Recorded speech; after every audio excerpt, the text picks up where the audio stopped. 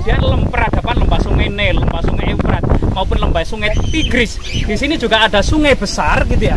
Ternyata di sampingnya atau di lokasi Bernardo Valley ini ada jejak-jejak hunian kuno. Ada batu lumpang, batu dakon, batu gurit, batu meja batu, dan batu-batu besar lainnya yang mencirikan jejak-jejak peradaban prasejarah megalitikum. Artinya memang lokasi ini memang sejak. Nah, ini ada sebuah sebelum kita masuk situs atau belusukan, kita kenalkan para subscriber semua ya. Kita kenalkan tentang wahana wisata yang di Desa Kembang Belor. Ini ada trail. Nah, ini loh trailnya. Persewanya berapa, Pak? 15.000, 8 kali putaran. 8 kali putaran. Setiap hari bukanya jam berapa? Tutupnya jam berapa? Wahana wisata ini, Pak? Bukanya mulai aktivitas jam 8, tutupnya jam 4 sore. Jam 4 sore.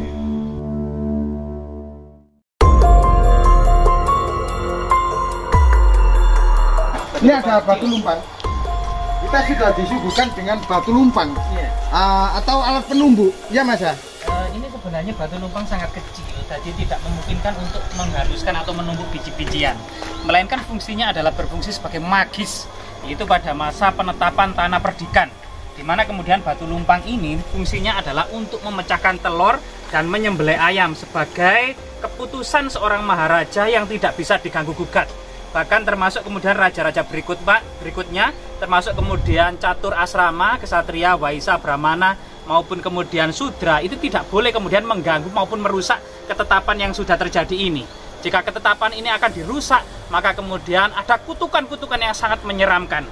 Jadi ini fungsi lumpang batu ini sebenarnya adalah bukan fungsi profan, yaitu kemudian untuk menghaluskan biji-bijian, rempah maupun dedaunan, melainkan fungsinya adalah magis, yaitu seorang pendeta makudur yang kemudian memecahkan telur, menyembelih ayam, dan membacakan kutukan-kutukan yang sangat menyeramkan.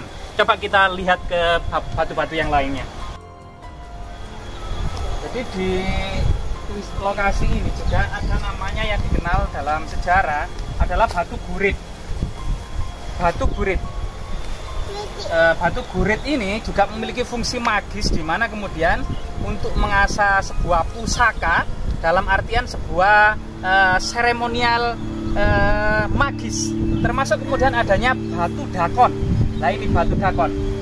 Batu dakon ini dimungkinkan memang batu dakon ini juga memiliki fungsi magis, di mana kemudian tetesan-tetesan air hujan untuk pertama kalinya yang dipercaya sebagai memiliki kekuatan magis itu kemudian sebagai titi mongso atau penanggalan, di mana waktunya kemudian memulai tanam padi.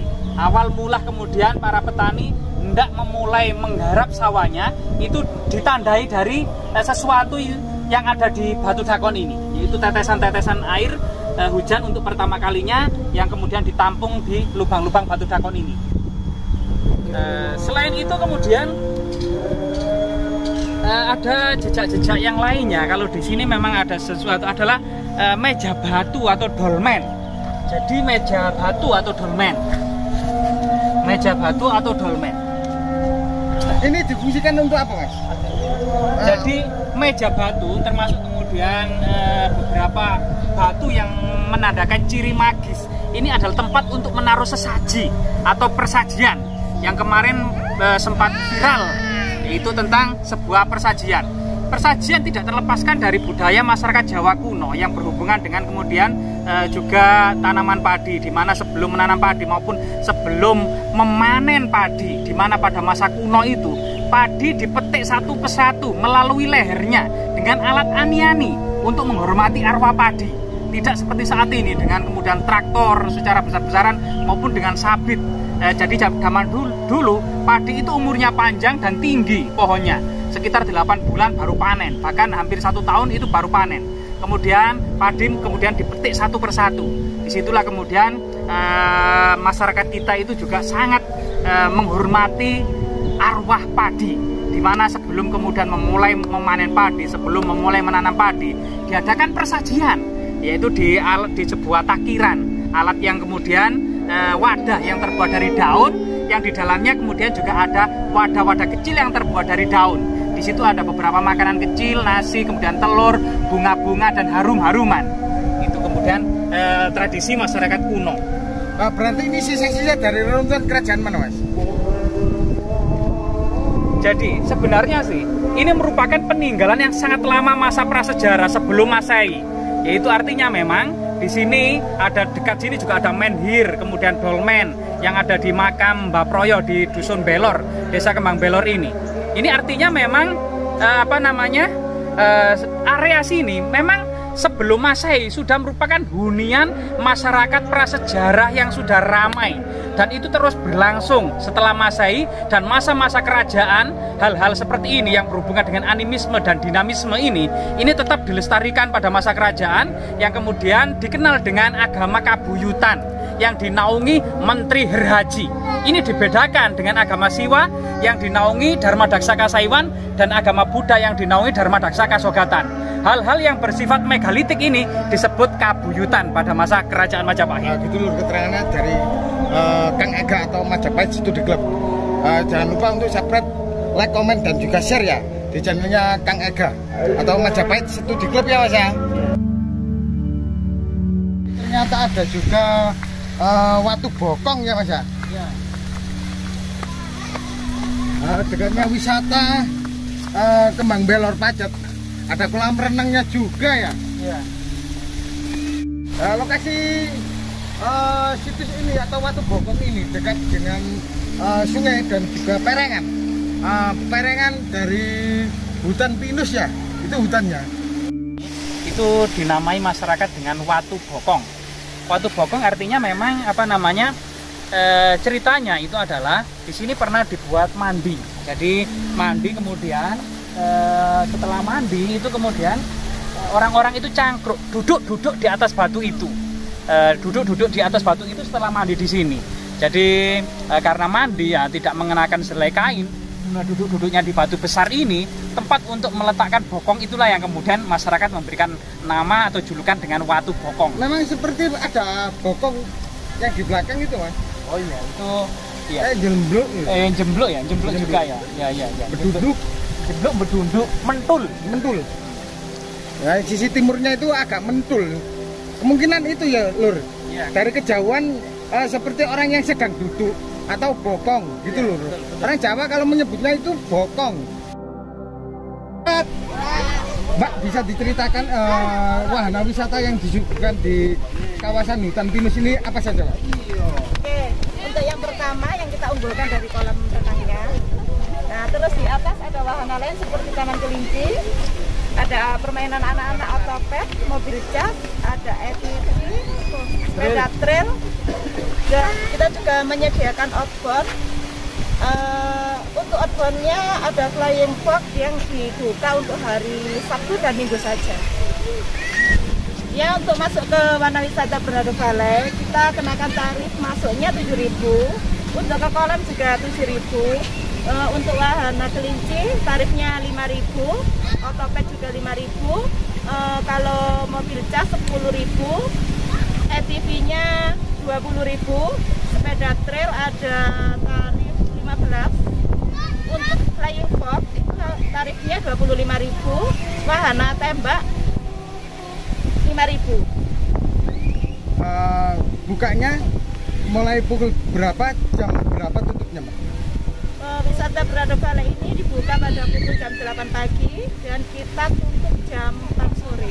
Untuk camping kita buka 24 jam.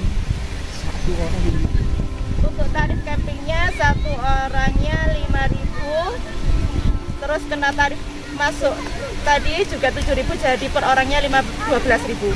Berarti kalau totalnya semua bisa mentotalkan, Mbak, semua yang kalau dikunjungi kira-kira hampir 100.000 nggak sampai ya? Nggak sampai ya? Nggak sampai. Mulai flying fox, kolam renang. Yang kolam renang berapa tadi? Kolam renangnya 7.000, murah sekali loh, ayo. Gitu Lur. Kalau barangkali pemirsa, Mbak ya, ingin berkunjung ke lokasi ini, bisa dikunjungi di tempat mana, Mas? Lokasinya, maksud saya, ketik di Google Map. Di Google Map ketik saja Wana Wisata Bernardo Valley, alamat Kembang Belor. Bisa juga ke alamat Pondok Pesantren Amanatul Ummah nanti muncul. Oh gitu loh keterangannya. Kalian Mbak Sinten? Saya dengan Mbak Vivin. Saya penjaga loket di sini ya. Selamat salam kenal dari saya. Nah, gitu loh. Ya, untuk keunggulan kolam renang kami, airnya ini tanpa obat dan ini asli air sumber. Begitu. Ternyata lokasi ini terutama itu ada sumber mata air yang tidak pernah habis ya Mbak ya? Iya. Ini termasuk alami natural dari perbukitan gunung mana Mbak? Gunung Lirang. Iya, ini Gunung Welirang. Gunung Lirang Lur. Mas katanya ada jejak-jejak kukunan di sini apa ini? Iya, dari segi nama Berna itu secara turun temurun memang lokasi ini namanya Lembah Berna. Berna The Valley itu tambahan dari sebuah wana wisata itu yang juga disepakati. Yang Berna sendiri artinya adalah beran yang pernah. Artinya sebuah tanah yang sudah baik atau sudah bagus. Di sini sebagaimana kemudian peradaban lembah sungai Nil, lembah sungai Efrat maupun lembah sungai Tigris. Di sini juga ada sungai besar gitu ya. Ternyata di sampingnya atau di lokasi Berna The Valley ini ada jejak-jejak hunian kuno. Ada batu lumpang, batu dakon, batu burit, batu meja batu, dan batu-batu besar lainnya yang mencirikan jejak-jejak peradaban prasejarah megalitikum. Artinya memang lokasi ini memang sejak zaman prasejarah sekitar 500 sebelum Masehi itu merupakan hunian yang indah dan yang nyaman pada masanya. Sampai saat ini pun hingga yang akan datang. Jadi lokasi ini ternyata juga jauh dari kemudian hal-hal yang sifatnya itu longsor maupun banjir bandang. Karena bagaimanapun juga situs-situs yang ada di sini atau jejak-jejak hunian inilah sebagai pertanda bahwasanya lokasi itu memang tidak ada kemudian bencana yang sangat merusak di lokasi tersebut. Nah, gitu loh keterangannya. Sama Majapahit situ di Klepon. Ya.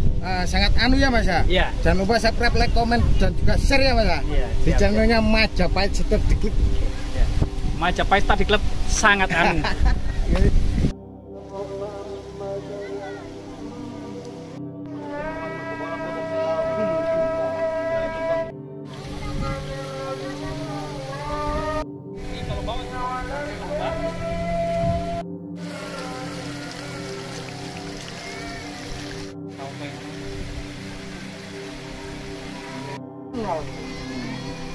Yo, apa Majapahit?